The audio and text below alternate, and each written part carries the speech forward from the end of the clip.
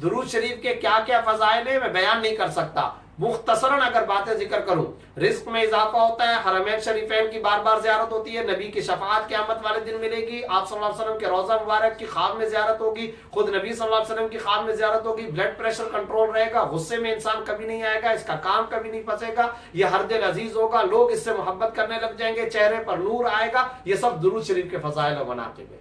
80 फवाइद गिनवाएं, पूरी लिस्टें हैं, फहरिस्त है दुरूद शरीफ पर। और याद रखें जो इसके फवाइद बयान किए गए हैं, बड़े फवायद, वुस्ता, दरमियानी और छोटे फवायद अपनी जगह पर, कम तर फायदा मैं बता देता हूं। जो सबसे छोटा फायदा है, या सुभान अल्लाह, बड़ा फायदा तो क्या होगा, लिखा है कि कम तर फायदा यह है कि मौत के वक्त कलमा तय्यबा नसीब होगा। यह तो कम तर फायदा है। अच्छा, सवाल ये बताता है कि सबसे बड़ा फायदा क्या होगा? सबसे बड़ा फायदा ये, नबी सल्लल्लाहु अलैहि वसल्लम वो जात और हस्ती हैं, कभी किसी का एहसान नहीं रखा।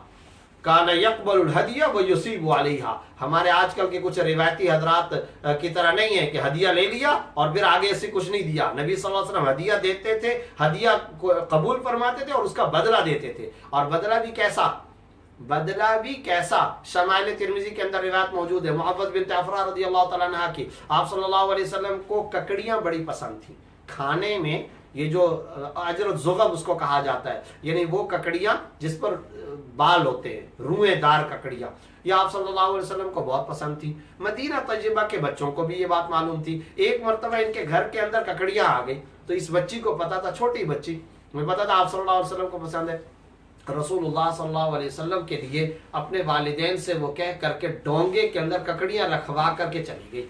अब जब आप सल्लल्लाहु अलैहि वसल्लम के पास ये बच्ची पहुंची तो आप सल्लल्लाहु अलैहि वसल्लम ने बच्चों पर हस्बे मामूल शफकत फरमाई और ये डोंगा ककड़ियों का कबूल फरमाया। बदले में क्या दिया? ककड़ियों के बदले में नबी क्या दे रहे हैं? मिस्र के बादशाह की तरफ से बहुत बड़ी मिकदार में गोल्ड आया हुआ था, सोना, बहुत बड़ी तादाद में। अब आप सल्लल्लाहु अलैहि वसल्लम ने हाथों से भर भर कर उस डोंगे में सोना डालना शुरू किया और फिर सोना निकाल करके सोना डाला, फिर सोना डाला और फिर उस डोंगे को भर करके उस सहाबिया के घर भिजवाया। रिवायात में आता है कि नस्लें भी बैठ करके खाती रही हैं। हमारे तो नबी वो हैं जो ककड़ियों के बदले में गोल्ड और सोना पेश करते हैं। तो नबी सल्लल्लाहु अलैहि वसल्लम क्या अपनी सारी जिंदगी का मामूल मुबारक ये रहा। अब आप सल्लल्लाहु अलैहि वसल्लम ने फरमाया हदीस के अंदर, मेरे करीब क़यामत वाले दिन सबसे ज्यादा वो होगा जो दुनिया में सबसे ज्यादा मुझ पर दुरूद पाक भेजता होगा, वो मेरे करीब होगा। अब मामला ये है, बड़ा फायदा ये बताया गया है, नबी चूंकि किसी का एहसान नहीं रखते थे, मैंने अल्लाहुम्मा सल्ली अला मुहम्मद, मैंने सल्लल्लाहु अलैहि वसल्लम पढ़ा, ये मैंने नबी को गिफ्ट दिया है, ये नबी सल्लल्लाहु अलैहि वसल्लम को तोहफा दिया है। जब मैंने नबी को ये तोहफा और गिफ्ट दिया है, अब क़यामत वाले दिन बड़ा फायदा दुरूद का ये कि नाम लेकर, खालिद, महमूद, जैद, अमर, बकर, मेरा आपका नाम लेकर आप सल्लल्लाहु अलैहि वसल्लम अल्लाह के दरबार में शफाअत और सिफारिश फरमाएंगे। ये बड़ा फायदा है, तो इसलिए इसको इख्तियार करना चाहिए। और गालिबन मौलाना अली मियां की एक बात है, मैं वो जिक्र करना ज़रूरी समझता हूँ। वो फरमाया करते थे, एक तालिब इल्म ने मोहम्मद सल्लल्लाहु अलैहि वसल्लम का नाम लिखा और स्वाद का निशान लिखा, तो बड़े गुस्से के साथ उन्होंने फरमाया, अरे तूने कलम की स्याही और तहरीर का सारा बुखल नबी के नाम पर निकालना है? यानी तहरीर का जितना बुखल है वो तूने इसी नाम पर आकर के निकालना था।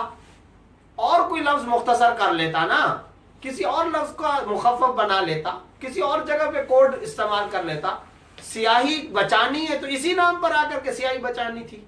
अगर तहरीर को मुखफ़फ़ करना था तो उसका बुखल यहीं पर आकर के यूज करना, इस्तेमाल करना था। तो इसलिए पूरा सल्लल्लाहु अलैहि वसल्लम लिखना चाहिए।